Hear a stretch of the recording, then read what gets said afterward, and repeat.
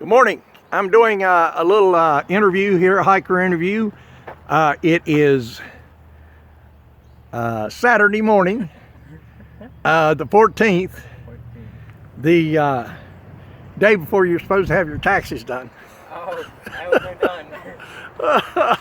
Anyway, so I got a couple of hikers here in Pearisburg, and they just got back from the big town of Pearisburg. And so I'm going to let them introduce themselves and tell you a little bit about themselves. So you guys go ahead. All right, well, Tortuga from Massachusetts. I quit my job in biotech to come hike the trail. Started the 23rd of February.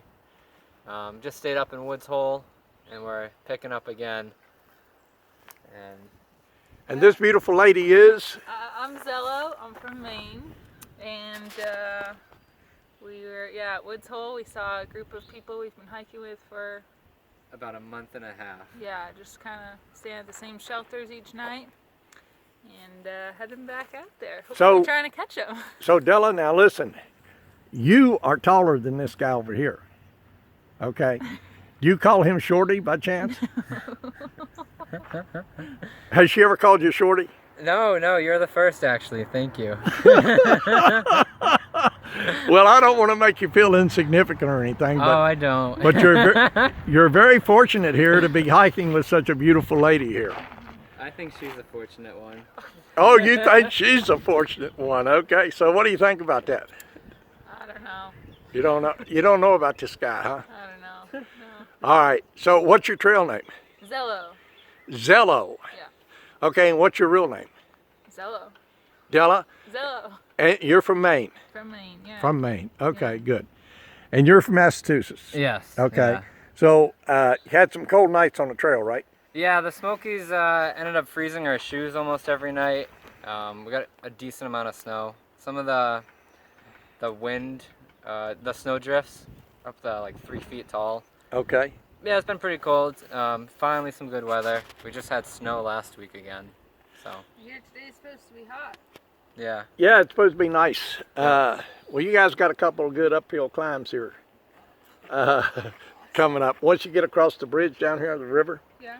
you go right across the river, and then you'll go down underneath the bridge, walking along the railroad just for a very short while, and then you come up on a road and you walk down that road maybe about 100 feet or something, and then the trail turns and goes up, and you're up on a ridge along the river, and you can look down and see the river, and you do that for about a mile or so, and then you got kind of an uphill to the top of Clendenin Mountain. You go across Clendenin Road, and then you got an uphill to the rice fields. Sounds like a bunch of uphills. And then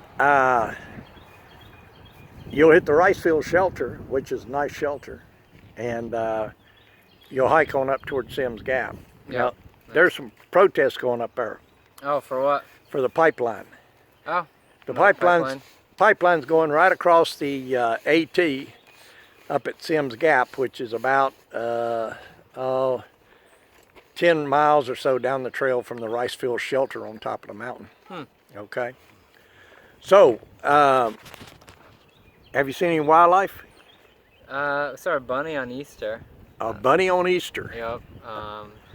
We saw a few deer, one bear in the Smokies, but it's been kind of cold. Okay. And ponies. The ponies, obviously. The ponies. Did you see the steers? Yeah, they're down there where the ponies are in the Graceland Highlands. Supposedly they're longhorn. Yeah, I know. They got real big longhorns. They're wild cattle.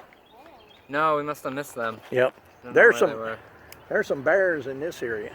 Yeah. Yep. Yeah. Maybe they'll be up. It's just warming up. Yep. Advice for thru hikers. Ooh.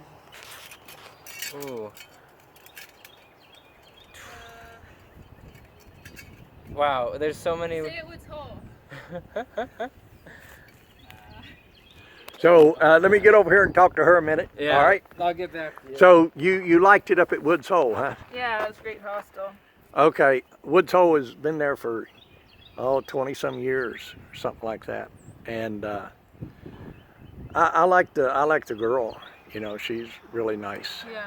Her grandmother grandmother started it. Yeah. Yeah, her grandmother started it. Her name was Tilly Woods, Yeah. and she started it. Her husband worked for the Conservation Service, and they had an elk herd up on top of the mountain here, and he managed that for quite a few years, and then they got rid of the elk. They exterminated the elk because they were breaking down fences of the farmers, and they had a lot of problems with them and stuff, so they got rid of the elk herd. But the elk are coming back. They're down in Kentucky and Tennessee, and there's some moose down in this area too, down there. Cool. But you really like Woods Hole. Yeah, it's a great spot. Well, good. Yeah. So advice for like female through hikers. Okay, other than hook up with a good looking guy. Okay. Aquamira? Aquamira. Yeah, my Sawyer squeeze has frozen a bunch of times. Okay, Aquamira. Just until it's warmer. Now Aquamira what is Aquamira? It's just like a chemical way of purifying your water. Oh, okay. You can use iodine tablets. You can use bleach. I bet you could. Yeah. So anyway, Aquamira. I think Aquamira may be like kind of bleach-like something. Something. Yeah, I don't know. I'm not sure what it is. I'm not sure. Yeah. So other That's than about all I got though. other than Aquamira, anything? Okay. Some people carry those water filters, but they're bulky and No, I carry one actually. they tend to great. clog up too. Well, it just once it freezes, it doesn't work anymore. Oh, it doesn't work. And it's been freezes. pretty cold, so it's. Oh yeah, because of the the filters in those things are really, really fine. Yeah. And I reckon if you get ice crystals in the water, Yeah. probably don't Doesn't work at work. all. Yeah. Probably. Okay, so any more advice for through hikers or anything? So what are you packing here? A ton of food. A ton of food. So what do you think the weight is that you're carrying? About 25 pounds? Without food and water, 15. Without food and water, 15 pounds. With food and water today, 32. 32 pounds with food and water. And this is a young lady here carrying 32 pounds. 32 pounds. All right, and what are you carrying? Without food and water, I think I'm about 18. Then with it, I'm up to 38. 38 with food and water. Yeah. Okay. So, Osprey. and you got hiking poles. I see both of you have hiking poles.